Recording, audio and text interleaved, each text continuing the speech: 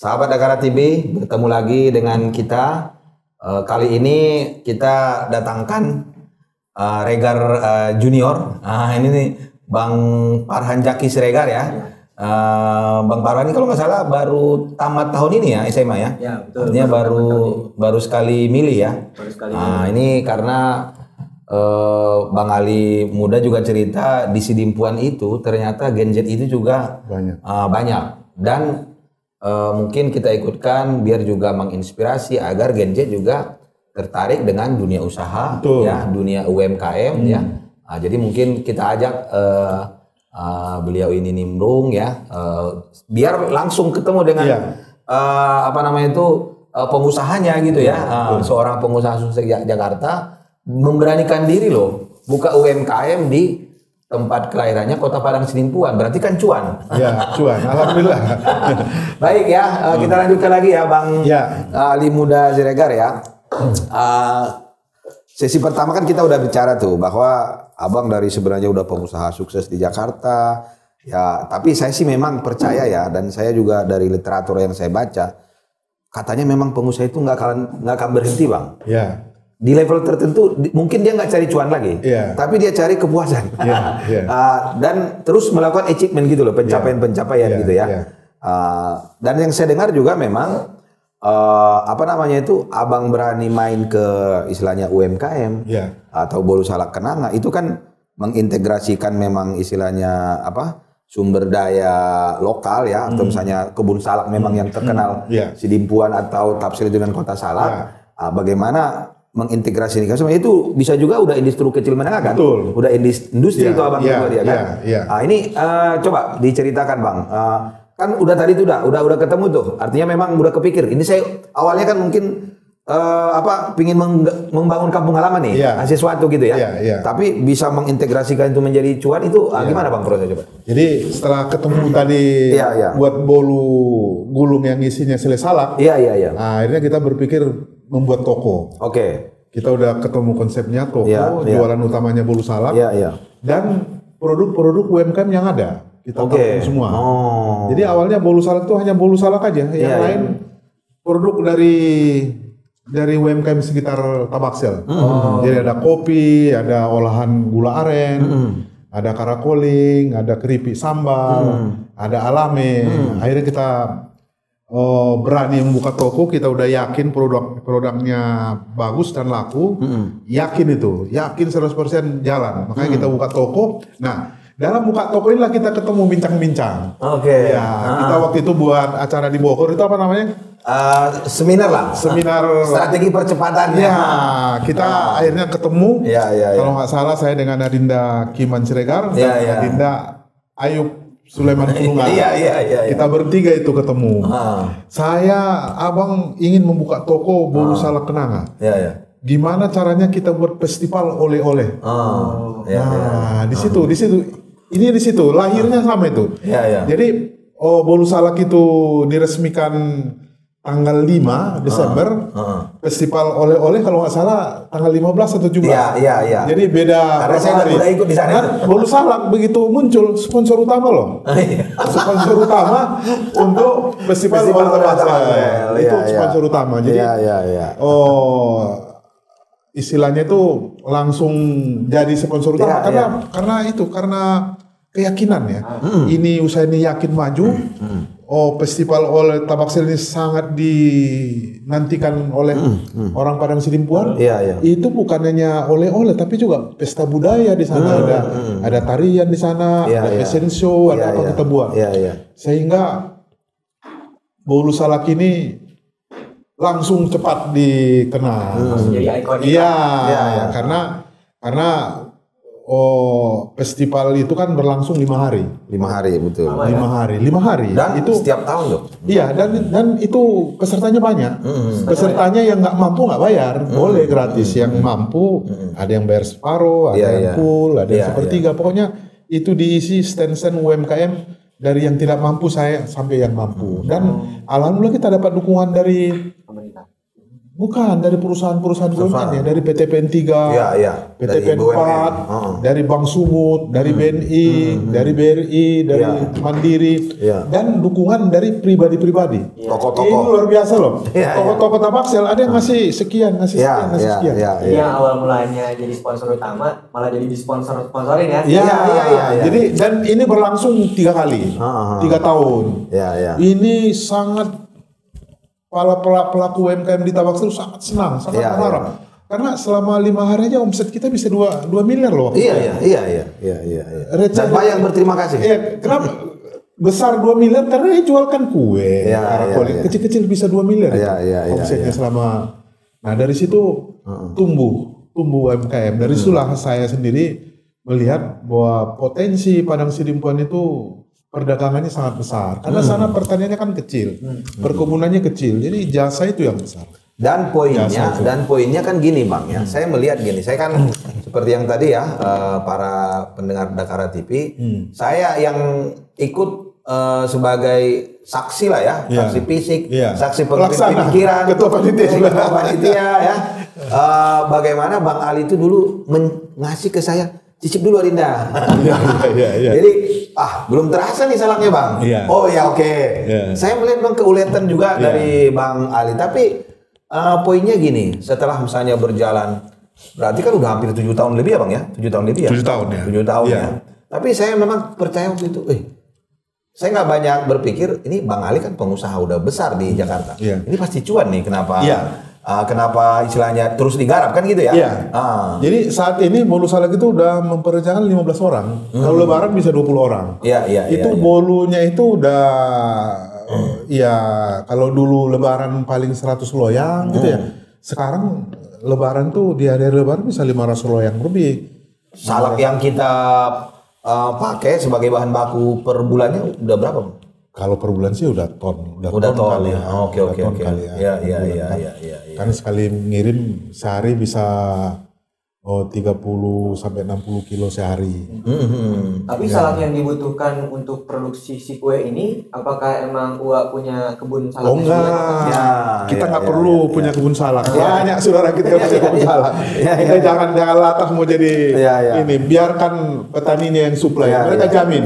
Pokoknya kita ada supplier itu petani. Ada 3. Pokoknya yang 3 ini mau salak lagi musim, lagi trek katanya lagi nih harus sanggup mengirim salak kalau kita minta. Alhamdulillah udah 7 tahun berjalan lancar. Nggak pernah mereka bilang nggak ada salak gitu. Dan mungkin di situ juga poinnya, artinya mensejahterakan pelaku-pelaku pertanian salak, UMKM. Karena setahu saya kan di situ juga abang kan jual juga produk-produk yang lain gitu. Jadi produk bolu salak ini kan masuk golongan cake, itu tahanannya 3-4 hari.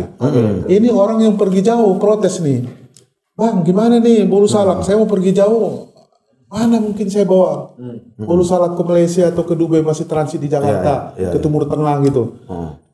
Itu tantangan buat kita di bolu salak, tantangan apalagi yang mau kita buat. Nah sampai hari ini kita udah punya 10 macam lebih olahan salak. Mulai yang golongan cake maupun yang cookies. Kita punya cookies salak, kita punya keripik salak yang tahan berbulan-bulan. Seingat saya juga es krim salak kan? Ada es krim salak. Ternyata Bang Jaki sudah mencoba pernah jalan-jalan. Itu termasuk favorit itu buat yang remaja ya. Biasanya kalau sama ibunya datang yang remaja-remaja langsung ambil itu. Dan yang menarik saya lihat Bang, salah satunya juga abang berani berinvest, mungkin juga dari tadi abang karena jalan-jalan kan, dan juga mungkin abang orang Jakarta, berani berinvest tempat yang layak gitu loh. Artinya bupati juga nggak malu untuk belanja gitu kan. Memang gini ya, di Sidimpuan ini kan sebenarnya kota tapi cara dagangnya masih konvensional. Kita di Sidimpuan waktu itu 2007 belum ada Indomaret Alfamidi, belum ada. Kita termasuk satu toko yang ber-AC. Yang lain nggak ada. Nggak ada AC. Kita termasuk yang ada AC-nya. Ada AC-nya, raknya bagus, pokoknya nyaman lah. Dan itu orang mana laku kata orang. Apalagi tempatnya Jalan Kenanga. Yang rame kan bukan itu gitu. Tapi dengan keyakinan, dengan promosi yang gencar, dengan itu tadi festival oleh-oleh Tabaksel yang kita sponsornya akhirnya keraguan orang itu nggak ada. Namanya terkenal ya. Itu terbantahkan karena memang orang kalau udah ke Sidimpuan bukan hanya ke Sidimpuan, Tabaksel kalau ditanya di mana toko oleh-oleh yang lengkap, Bolu Salak Kenanga. Makanya tagline-nya jangan tinggalkan Sidimpuan tanpa Bolu Salak Kenanga.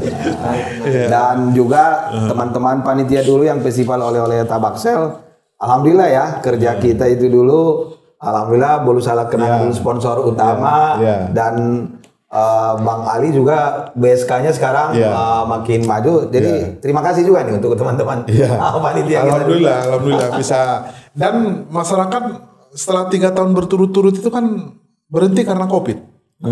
Itu masyarakat Sidimpuan dan pelaku UMKM sangat menunggu. Itu kapan lagi nih? Kapan lagi nih? Oh, iya. Padahal dulu kan kita ingin tagline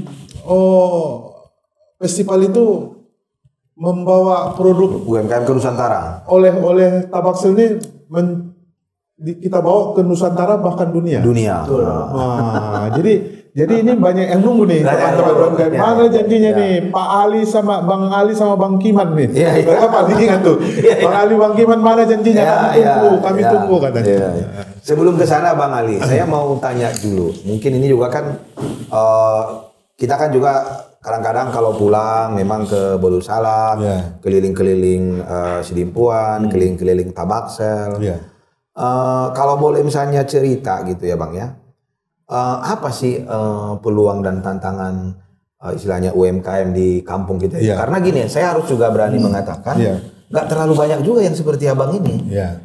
Kita tahu lah kan banyak juga yang punya cuan halak kita di Jabodetabek ini gitu loh ya. Apa tantangannya dan apa misalnya risikonya sehingga nggak terlalu banyak yang berkecimpung ke situ ya kan? Makanya saya sekarang sering berani mengatakan ya memang Bang Ali ini tokoh UMKM Tabaksel gitu ya. Yang dari Jakarta berarti sebenarnya gitu ya. Kalau bergerak di UMKM ini peluang ada, risiko sebenarnya kecil. Iya. Enggak investasi yang miliaran yang triliun investasinya puluhan juta, ratusan juta aja udah bisa. Jadi enggak. Memang perlu keuletan. Semangat, ulet dan sabar harus bekerja terus, istilahnya nggak boleh ini gitu loh, nggak boleh santai ya UMKM ini. Peluangnya banyak. Kenapa saya katakan peluangnya banyak? Barang-barang dari luar aja banyak masuk ke Sidimpuan. Iya. Saya malah dapat ini dari kan kita juga termasuk di festival dulu. Kita dapat data lebih banyak barang yang masuk daripada barang yang keluar kan gitu. Jadi kalau kita ambil data dari para pelaku Kadin lah ya. Bukan, yang bisnis bisnis pengiriman barang. JJN logistik. Logistik. Nah, itu ternyata barang yang masuk ke Sidimpuan itu katakan 100. Yang keluar cuma 20. Artinya apa? Sisanya kemana tuh? Orang Sidimpuan tuh cenderung belanja. Tapi tidak punya produk yang bisa dijual keluar. Itu sedikit. Nah, yang sedikit ini kita udah deteksi juga. Apa sih sebenarnya? Kalau dari segi UMKM kita udah lihat. Misalkan yang sekarang ini kan orang suka makanan-makanan yang otentik ya, atau yang jadul. Udah mulai jenuh juga orang nengok makanan yang modern. Jadi kayak alami kita tuh dengan kemasan dari daun apa itu namanya? Perpitaan itu apa namanya? Apa istilahnya yang itu di Bayu itu? Iya di Bayu bideng istilahnya itu. Itu justru sangat potensial untuk kita pasarkan keluar Sumatera Utara, bukan keluar Tabaksel atau Tabaksel, tapi keluar semua tahu karena rasanya juga beda dengan dodol yang ada di sini ya. Terus ada keripik sambal itu bisa kita olah, kita tingkatkan kualitasnya yang bisa kita jual keluar, bukan hanya di Sidimpuan gitu. Ada yang lain kayak beteng-beteng ya benar. Kayak salak itu masih bisa diolah itu baru macam. Salak itu masih potensi untuk membuat olahannya masih terbuka luas. Jadi di BSK itu sekarang apa aja Bang produknya Bang yang 10 tadi Bang? Jadi ada bolu salak, ada brownies salak, ada keripik salak, ada cookies salak, ada kue salaka, ada apa lagi? Ada brownies crispy. Brownies crispy ya. Es krim salak ya, Bang ada salak crispy, ada es krim. Es krim ya? Ada bolu kenanga yang lebih murah versinya. Oke. Kan ada bolu gulung, ada bolu salang. Berarti terus berinovasi gitu ya, Kita Bang? udah alami. Kita ada alami salak. Alami salak. Ya udah 10 tuh pasti. Alami salak itu tampilannya yang tradisional itu, yang dibuat di perpitaan yang apa di tikar ya, itu. Tapi rasa salak. Dan marketnya saya dengar-dengar juga udah mendunia kan Bang? Dari Arab udah ada yang belanja. Iya, dan kemarin kita Malaysia mungkin. Iya, dan kemarin kita deteksi udah kemana-mana itu. Ya, udah berarti kita teman-teman panitia festival oleh-oleh udah selesai sebenarnya. Minimal kita udah mendunia dan Nusantara gitu ya. Iya, tinggal kerja selanjutnya. Bagaimana memaksimalkan Memaksimalkan semuanya. Betul. Jadi dalam tanda petik nggak usah lah kita oleh berapa keuntungan Bang Ali ya. Tapi prinsipnya main di UMKM ini cuan gitu Bang ya. Cuan bagi kita sebagai investor atau pebisnis. Dan saya kira intangible yang lainnya kan mengerikan lapangan kerja untuk istilahnya masyarakat. Mengambil bahan baku dari petani lokal ya kan. Pasti juga sedikit banyaknya memberikan pendapatan PAD daerah kan gitu ya. Jadi yang terlibat aja kan 15 orang. Iya. UMKM yang terlibat bisa 20.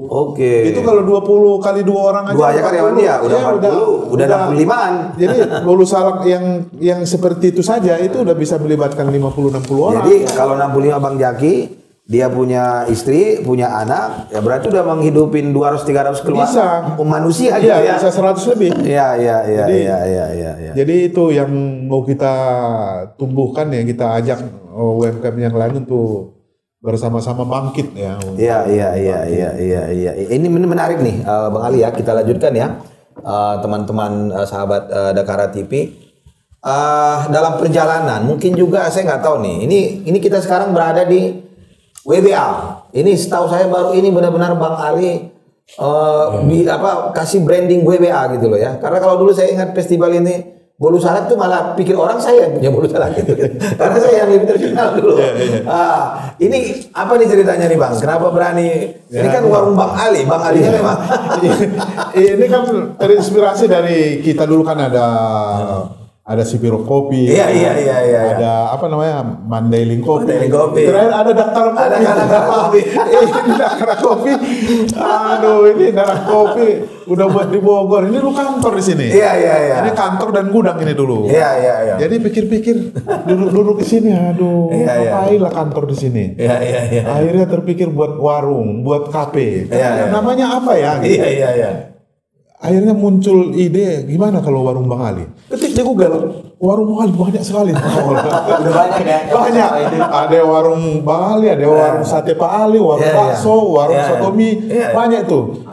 Tapi pengen tetap warung Bang Ali. Iya. Nah, jadi gimana caranya ya? Apa-apalah Bismillah WBA warung Bang Ali. Insya Allah bisa dikenal masyarakat lah. Iya. Jadi akhirnya sepakat buat warung, banyak yang protes itu. Iya. Warung Bang Ali kayak Betawi kayak ini. Pokoknya pengen warung Bang Ali gitu. Alhamdulillah kita udah setahun berarti Bang ya? Persis ini 1 tahun. Jadi berarti kita seringnya juga nih. Ya, jadi emang kita pengalaman ya ngumpul-ngumpul di kafe. Iya. Ruang meetingnya belum ada yang Enggak ini. Hanya ruang meeting itu hanya sekedarnya aja. Iya. Itu pengalaman itu. Iya. Mau di kafe-kafe yang lain, apalagi di tempat ini. Iya. Yang ruang meeting hanya sekedarnya aja. Jadi kita ingin buka kafe yang ruang meetingnya bisa ini bisa sampai 25 orang, 25 orang, bisa dibagi 2 juga, di atas juga ada. Jadi yang meeting juga kan maunya ada yang merokok. Iya. Merokok terus. Kita ada juga di lantai di atas. Jadi akhirnya kita buka warung Bang Ali, di mana dia menunya Nusantara. Tapi karena memang teman-teman banyak dari Tabaksel, akhirnya kita buatlah menu spesial Tabaksel. Dan ternyata sambutannya cukup baik ya, baik. Jadi tokoh-tokoh dari Tabaksel juga alhamdulillah suka mampir di sini. Sahabat Dakara TV, saya waktu ini masih kantor jadi gudang pernah juga ke sini. Pernah ya. Tapi karena ini dimotori oleh seorang pengusaha yang menurut saya juga by design, bisa sebagus ini gitu ya kan. Jadi memang ilmu itu memang nggak bisa dipungkiri, memang perlu di dalam menjalankan bisnis, ya kan? Ilmu itu penting. Bagaimana mengoptimalkan, bagaimana istilahnya dalam tanda petik, kayaknya nih kesininya 6 meter, berapa meter Bang? Ini lebar rukonya 6 meter. 6 meter. 6 kali 2. Tapi cukup optimal dari lantai 1, 2, 3. Iya, kepake semua. Menarik. Jadi apa namanya? Ya namanya buka usaha itu nggak bisa langsung rame ya. Penuh perjuangan, perubahan ini dulu didesain nggak seperti ini di bawah. Dulu di bawah itu rencana itu ada counter, jadi ada counter. Food court. Jadi hampir setiap kali kita kesini ada aja perubahannya. Jadi waktu itu kan kita berpikir ini yang dibutuhkan masyarakat. Ternyata enggak. Salah. Jadi 2-3 bulan, mungkin 6 bulan kita berubah. Jadi ini juga menarik saya kira ya. Jadi nggak boleh memaksakan. Betul. Apa yang kita inginkan, tapi apa yang dibutuhkan. Jadi itu juga menarik saya kira, karena di dalam bisnis itu juga ternyata kita harus mengikuti keinginan buy market. Jadi jangan kita yang bisa aja kita create market, ya tapi kalau kita belum kuat yang mau kita buat, ya kita buy market aja, ikuti market aja. Jangan paksakan kehendak. Jangan paksakan keinginan kita. Kita ini dagang. Kita dagang, kita ingin memenuhi keinginan pasar, bukan seniman. Kalau seniman lain lagi. Menarik. Saya kira Bang Ali layak kita sebut sebagai pengusaha sukses dan juga sebagai tokoh praktisi mungkin praktisi dan pelaku UMKM di Kota Padang Sidimpuan. Ini mungkin kita ke chapter berikutnya nih Bang. Saya dengar-dengar Abang malah sekarang juga mau ikut di kontestasi pemilu wali kota dan calon wali kota Padang Sidimpuan. Ini apa lagi nih kira-kira? Ini kan ceritanya begini, kita kan bergerak di UMKM ini. Memang kalau kita dari luar, dari segi pengusaha, ini menggerakkan UMKM ini nggak mudah ya. Karena UMKM ini butuh ditopang. Butuh ditopang, butuh dibina, butuh didorong, butuh permodalan. Sehingga memang perlu berkolaborasi dengan pemerintah. Selama ini pemerintah sih udah melakukan. Tapi kita lihat memang perlu ditangani orang-orang yang memang paham ya. Paham dan pelaku gitu. Nggak sekedar teori kan gitu Bang. Udah tahu seluk-beluk UMKM ini. Kita ingin masuk ke pemerintahan agar gerakan UMKM bangkit di Sidimpuan itu lebih masif. Lebih menyeluruh, lebih besar, lebih terasa sehingga kita bisa betul-betul bangkit, nggak sekedar bangkit gitu. Jadi di pemerintahan ada yang memikirkan, di luar ada pengusaha yang memang siap berkolaborasi. Ya kan ada kita nanti menginginkan ada semacam UMKM Center di mana itu one stop UMKM. Apapun persoalan UMKM di situ ada jawabannya. Dan saya dengar Abang baru mau bakal calon sudah buat UMKM sudah ada di Jalan Sudirman. Itu udah kita buat. Bisa secepat itu gimana Bang gitu? Ya karena kita lihat kemarin kita mengunjungi kita waktu itu mengunjungi pelaku-pelaku UMKM, mereka sangat senang. Butuh komunitas, butuh tempat, butuh wadah mereka itu. Mereka ingin. Artinya mungkin juga Bang Ali sudah melihat inilah salah satu yang harus dibantu dari sisi UMKM-nya gitu. Mereka itu sebenarnya udah dibina oleh BRI, dibina oleh BUMN, dibina oleh pemerintah. Cuma emang marketnya kali ya. Marketnya belum ada, itu yang harus kita tembus. Jadi dan dia tampil mau di mana gitu kan. Mereka membuat packaging, membuat kemasan itu masih mahal. Oke. Terus menjualnya masih terbatas di Sidimpuan. Disitulah mereka punya berkeinginan butuh naungan, makanya segera kita sambut dengan membentuk UMKM Center itu. Kita udah buat pelatihan di sana. Dulu pertama kita ada talk show. Ini Adinda Kiman siap, saya ikut. Kita datangkan dari Jakarta ya. Yang selanjutnya kita berkunjung ke UMKM, mereka datang ke UMKM Center bertanya, kita buat lomba karsam, itu sambutannya sangat baik. Jadi kalau saya coba lebih kerucutkan gitu Bang, Abang ikut di kontestasi yang saya dengar memang Abang mungkin mau ngambil posisi calon wakil wali kota gitu ya. Jadi memang tujuannya semata-mata untuk mempercepat akselerasi mengangkat UMKM ini gitu ya. Memang waktu kita mendaftar sebagai Balon wakil wali kota ditanya visi misinya apa? Iya. Kami visi misinya nggak jauh-jauh. Kami ingin membangun UMKM di Padang Sidempuan. Kami ingin produk UMKM ini bisa menjangkau Nusantara. Kami ingin produk UMKM ini tidak kalah di daerah sendiri, nggak kalah dengan barang-barang yang datang dari luar. Di Sidempuan itu banyak barang dari Bukit Tinggi, makanan-makanan dari Bukit Tinggi, dari Padang Panjang, bahkan dari Medan pun banyak datang. Orang-orang tuh yang bolong di tengah itu, itu dari Medan banyak itu. Datang ke Sidempuan. Iya. Kenapa kita nggak produksi? Masuk ke warung. Harusnya kan saya tahu juga kan di sana mungkin bahan baku feedstock kan kita banyak ya. Kita berproduksi, ya justru kita harus menjual kan. Jadi kayak bahan baku dari ubi. Ubi itu di Sidempuan tuh paling cocok. Ditanam ubi di semua wilayah Sidempuan cocok tuh ubi singkong itu. Jadi tinggal bagaimana kita mengajak petani, ayo bertani produk sebanyak-banyak. Tapi ada yang nampung. Jangan nanti dia berkebun 1 hektar, nggak ada yang nampung. Jadi harus ada yang nampung. Nah itu yang mau kita bina. Jadi dari petani pun kita harus ada kerjasama. Bang Jaki sebagai Gen Z nih, ya. Menurut abang seperti apa sih leadership atau wali kota atau wakil wali kota, bupati atau wakil bupati yang bisa memajukan atau menggerakkan perekonomian di suatu daerah? Karena saya dengar nih abang Jaki nih waktu SMA juga jadi menteri apa gitu ya, menteri kewirausahaan atau apa? Di sekolahnya. Ada gitu. Kabinetnya. Dan saya tahu dia juga jadi fundraising, bikin acara gitu. Coba, ini mumpung ada pelaku usahanya nih, Bang Jaki nih. Oke, jadi mungkin Wak, kalau misalkan dari generasi Gen Z sendiri, karena kita sekarang sudah zaman teknologi ya. Kita sudah melihat semuanya tuh dari segi media sosial. Gitu ini ada jawabannya nanti. Nah jadi di sini mungkin pertanyaannya yang pertama, gimana nih Wak, buat ntar caranya ngambil suara yang banyak dari generasi Gen Z. Tapi lewat media sosial, Wak. Apa yang akan dilakukan, Wak? Nah, kemarin tuh dalam berkunjung ke UMKM, kami ketemu satu toko online. Dia udah main di online shopping ya, shop ya. Dia bisa dari Sidempuan ya, dia hanya menjual keripik sambal, bisa mengemas 100 dus lebih per hari yang dikirim ke luar Sumatera Utara. Bisa ke Jawa, bisa ke Sulawesi, Kalimantan, bisa ke Bali. Dia jual keripik-keripik aja tuh. Dia memang sangat lihai menjual di TikTok.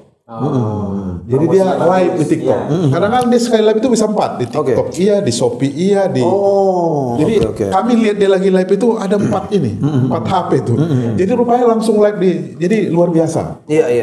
Kalau ditanya omsetnya, wah nggak kalah sama Bursa Kenang, lebih tinggi malah dari Bursa. Kami jual offline, dia online, tapi penjualannya boleh dibilang beginilah. Kalau keripik sambal juga kan pasti modalnya juga dikit kan? Jadi si orang ini kami udah pernah membuat pelatihan di UMKM Center khusus digital marketing. Dialah salah satunya narasumbernya. Jadi bahkan kami pernah diminta oleh UIN jurusan PB. PB itu Fakultas Ekonomi Bisnis Syariah ya. Mereka datang, dosennya sama mahasiswa yang 25 orang mereka minta kelasnya dipindah ke UMKM Center. Kami mau belajar bagaimana pengalaman bonus salam, bagaimana digital marketing. Ini harus datangkan ahlinya. Kalau kan hanya secara global aja. Nah ini ada waktu itu 2 orang yang satu digital marketing, yang satunya lagi yang online shopping itu. Jadi dia ceritakan bagaimana membuat konten, bagaimana live, bagaimana menentukan harga jual, bagaimana memanfaatkan yang paling utama itu memanfaatkan diskon-diskon yang ada di TikTok atau di Tokopedia atau di Shopee. Itu yang dia kuasai. Nah, sehingga TikToknya itu luar biasa. Nanti tunjukin TikToknya. Itu luar biasa TikTok, viral dia tuh. Jadi bayangkan aja setiap hari dia menggaji 4 orang hanya untuk membungkus. Di depan tokonya pun menerima dus bekas. Karena untuk packing ya. Saya udah lihat 100 bungkus yang kira-kira besarnya sebesar dus aku atau Indomie itu. Iya. 100 lebih itu di samping itu kelihatan tiap hari itu. Itu kekuatan digital marketing itu ya, Bang Jack ya. Jadi digital marketing itu kita membuka mata bahwa dari daerah terpencil pun bisa hidup. Iya. Nggak harus Jakarta. Tapi dia punya trik. Kalau pelanggannya banyak yang minta dari Jakarta, dia produksi di Jakarta. Iya. Buat keripiknya dari Jakarta dia. Dari Jakarta juga cari channelnya ya. Nah, dia udah punya semacam reseller atau dia punya reseller juga banyak, tapi semua barang dikirim dari dia. Dia memang udah jago. Iya. Jadi dia buka cabang di dunia maya ya. Oke. Dia buka cabang, dia banyak cabangnya. Tapi order selalu masuk ke dia. Nah, terus dia juga udah masuk memproduksi tidak hanya di daerah dia, tapi juga di daerah lain. Gitu. Sama kan seperti di Jakarta ini kita lihat dapur kan banyak di Jakarta ini bangunan yang menyewakan dapur-dapur aja.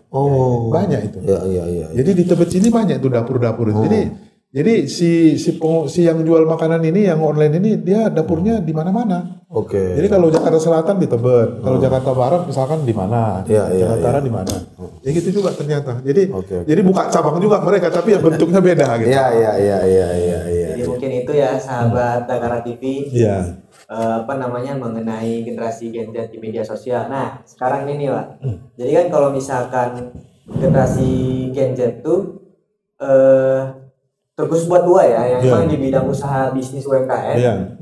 Rata-rata kan kalau di kota kita Barangsibuan tuh masih banyak yang bisa dibilang keluarganya kurang mampu lah buat menyekolahi anak-anaknya.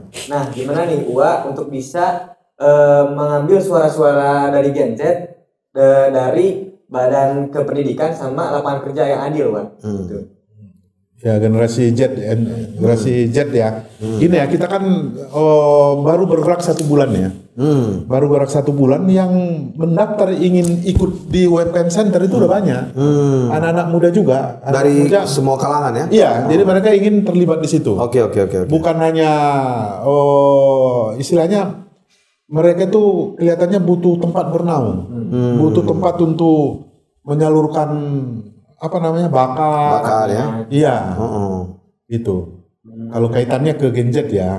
Kalau tadi apa pendidikan ya? Pendidikan. Ada nggak nih rancangan program yang nantinya kayak misalkan kan Uwa nih sebagai calon kandidat wakil wali kota Barangsibuan. Iya. Misalkan sebagai contoh ntar bakal ngebikin beasiswa ini tapi syaratnya harus gini gitu. Jadi jadi gini loh. Kalau nanti kita misalkan bisa masuk ke pemerintahan, kita pengen buat vokasi itu pendidikan, buat training atau kursus-kursus untuk Gen Z ini juga. Misalkan yang tamat SMA nggak kuliah atau yang misalkan lulus sudah bidang kesehatan, tapi perlu ditambah skillnya ya. Skillnya ya. Sehingga bisa dikirim keterampilan ya. Ke Timur Tengah misalkan, atau kita membuat pendidikan las misalkan nanti bisa dijual di perusahaan minyak, gitu. Kita udah pikirkan juga hal seperti itu. Jadi bukan rancangannya udah bukan soal kependidikan aja ya. Buat ke UMKM juga maksudnya UAL ini sudah merancang program-program yang dimana ntar generasi Gen Z ini habis lulus kependidikan langsung usaha gitu. Memang selama ini kita mengajak Gen Z ini kalau bisa jangan cari kerja, menciptakan lapangan kerja. Gitu. Iya. Jadi pengusaha gitu ya. Menciptakan lapangan kerja. Iya. Apalagi di Sidimpuan kan tingkat pengangguran tinggi. Iya. Kalau nggak salah data statistik yang gue tahu itu 9 ribuan. Betul. Hampir 10.000 pengangguran di kota Sidimpuan. Nah, ini yang perlu banyak ya. Iya, makanya yang begini-begini yang perlu ditumbuhkan itu. Bagaimana membuka lapangan kerja, kan bukan hanya UMKM, bisa di bidang wisata ya kan, bisa di bidang wisata juga banyak, potensi wisata di Sidimpuan juga banyak. Artinya kan Bang Ali ya, tanpa sekarang terlibat di pemerintahan pun abang sudah berbuat. Nah, jadi sekarang niatannya main di pemerintahan, biar lebih full power dalam arti untuk membantu pelaku-pelaku usaha ini, karena mungkin melihat di sana seperti yang dibilang Bang Jaki tadi ya, bagaimana Gen Z ini punya keterampilan, bisa jadi pengusaha gitu ya. Itu kan memang butuh support ya dan dukungan dari pemerintah juga gitu ya. Iya, memang kita pengennya selain UMKM ini kita akan menyenggol sedikit ke bidang pendidikan, juga ke bidang wisata. Ini kan saling terkait ini. Mungkin ekonomi kreatif lah keseluruhan. Iya, ekonomi kreatif. Jadi belakang barunya. Kayak jualan di TikTok kan kreatif juga. Iya, kreatif itu. Jadi TikTok yang di sini itu udah menembus Nusantara itu. Udah sama dengan tagline kita. Bahwa produk Tabaksel menembus Nusantara dan dunia. Dia Nusantaranya udah selesai dia. Tinggal kita menciptakan yang seperti itu. Nah, yang seperti itu karena pasar di dunia maya ya, di online ini kan banyak sekali. Ya dia nggak perlu takut kehilangan pasar, muncul TikTok yang lain karena pasarnya sangat luas dan dia bersedia mengajar ini loh,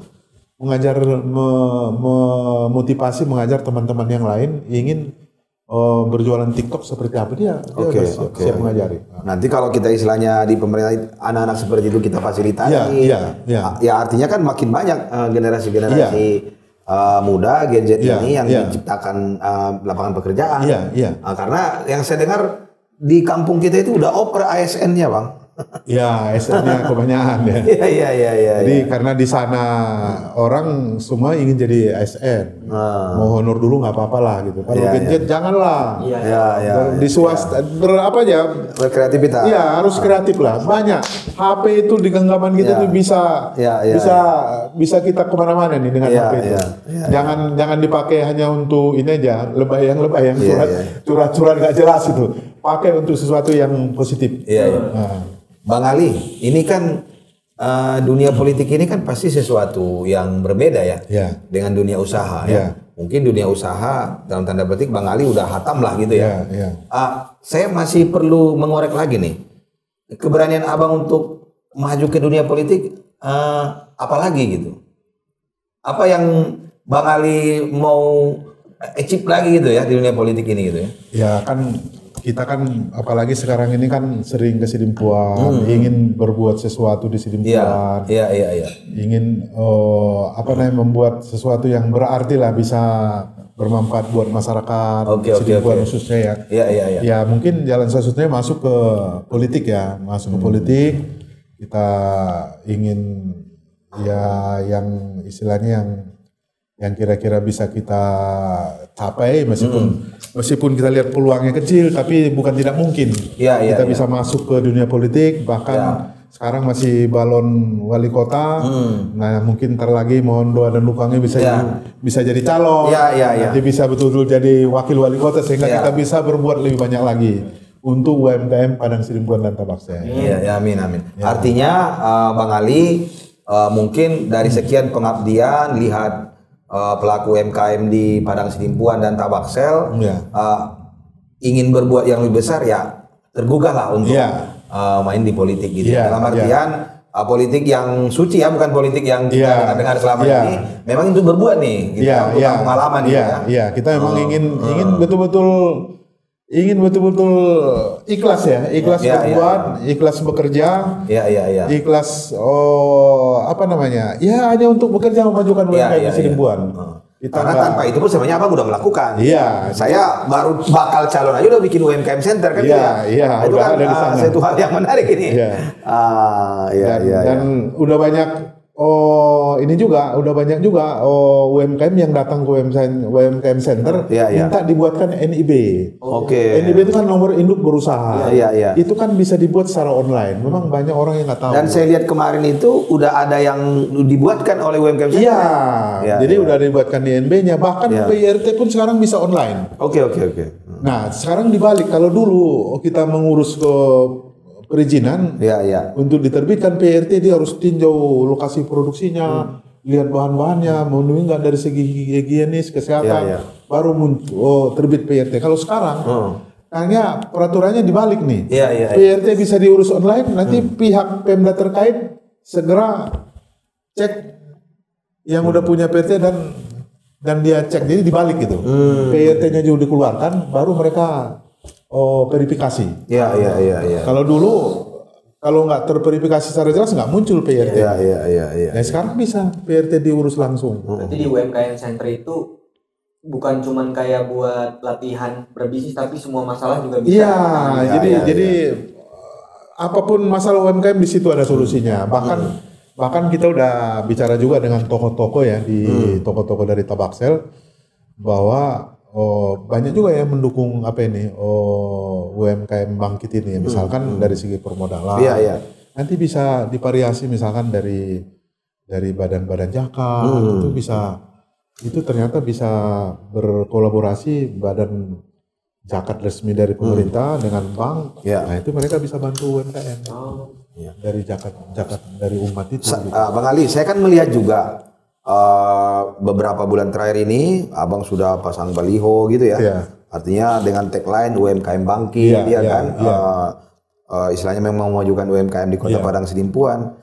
Sejauh ini bagaimana keberterimaan masyarakat? Kan abang keliling juga itu ke pelaku UMKM. Bagaimana keberterimaan? Rata-rata sih sebagian besar mendukung ya. Karena mereka langsung dapat manfaat. Kita kunjungi, kita langsung review produknya. Kalau kita bilang kurang-kurang, dia bilang bagus-bagus.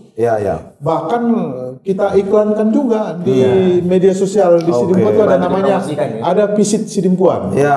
Itu kami kalau udah masukkan sana konten kami itu yang melihat tuh bisa 50.000 sampai 100.000 orang. Kalau di TikTok langsung FYP itu. Itu bisa kita lihat di IG-nya. Itu yang melihat rata-rata di atas 50.000 yang melihat. Jadi di situ rata-rata mereka ya dicari langsung naik itu ininya tuh dikenal orang, produknya tambah laku, itu aja mereka dapat manfaat. Nah, belum lagi nanti kita kasih tahu ini packagingnya dirapiin, ini udah bagus tapi perlu dibaguskan lagi, sehingga mereka semangat dan mau ngikutin. Dan kita juga udah buka WA grup UMKM Center, udah ada 100 lebih ininya real pelaku UMKM. Oke. Artinya pelaku UMKM di sana dengan abang 7 tahun terakhir ini memang juga at least praktisi UMKM. Sekarang mau maju ke pemerintahan karena mereka sudah lihat contoh kan gitu ya. Betul. Artinya mereka support gitu ya.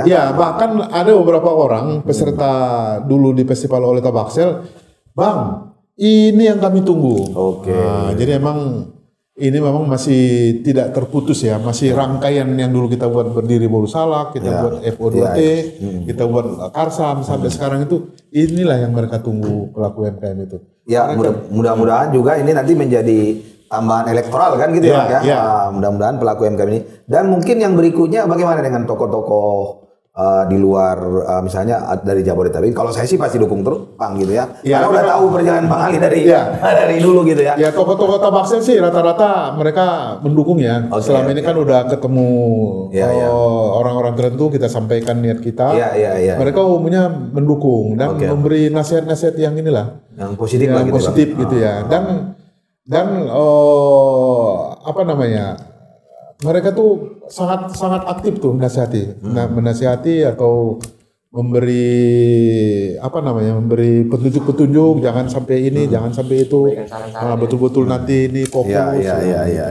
Jadi positif ya kalau dari senior-senior, terutama abang-abang senior kita ya. Baik yang ada di pemerintahan maupun yang udah pensiun, yang masih aktif, usaha, semua kelihatannya mendukung. Gitu. Baik Bang Ali, tak terasa nih udah cukup banyak yang kita bicarakan ya dengan Bang Ali Muda Siregar. Saya nih ya yang sudah mengikuti Bang Ali dan sudah cukup lama berkawan sebenarnya. Kalau dengan Abang Olwan dari tahun 97. Dari 97. Keluarga Bang Ali semuanya hampir saya kenal gitu ya. Artinya dari keluarga yang bagus, yang terdidik gitu ya. Memang tulus juga untuk membantu gitu ya. Harapannya memang sih Bang, ini kalau dari kita nih pasti ya apapun ceritanya kan harus punya pasangan dan terdaftar di KPU gitu ya. Karena tadi ya sahabat Dakara TV, pelaku UMKM kita udah lihat ya bagaimana perjalanan Bang Ali, bagaimana histori dia memperjuangkan UMKM juga di kampung kita gitu ya. Mudah-mudahan dengan masuk ke dunia politik ini menjadi menambah energi langkah yang lebih istilahnya strategis lagi gitu ya untuk memperbesar UMKM kita. Mungkin ada yang mau disampaikan terakhir Bang Ali untuk sahabat Dakara TV dan pelaku UMKM Kota Padang Sidimpuan. Ya, saya sih untuk para pelaku UMKM ini kita harus optimis. UMKM itu bangkit, terbukti ya di daerah lain, di daerah Jawa, daerah Kalimantan, itu UMKM itu bisa bangkit, bisa menjadi penopang ekonomi rakyat. Kita sangat yakin itu. Bahwa di zaman krisis dulu, yang survive itu adalah UMKM ya. UMKM yang jumlahnya puluhan ribu, ya kan, jutaan mungkin ya kalau di Indonesia, itu yang hidup justru. Yang bisa menopang ekonomi rakyat itu udah terbukti. Makanya dengan keyakinan itu kita optimis UMKM di Sidimpuan dan Tabaksel bisa bangkit. Ya. UMKM bangkit itu tekniknya gitu ya. Baik, terima kasih Bang Ali, Bang Zaki ya. Terima kasih sahabat Dakara TV. Terima kasih sudah menonton kita ya. Kita memang channel ini selalu membincangkan tokoh dan pelaku-pelaku UMKM dan pelaku-pelaku bisnis yang ada di Tabaksel dan Indonesia. Terima kasih, sampai ketemu kembali.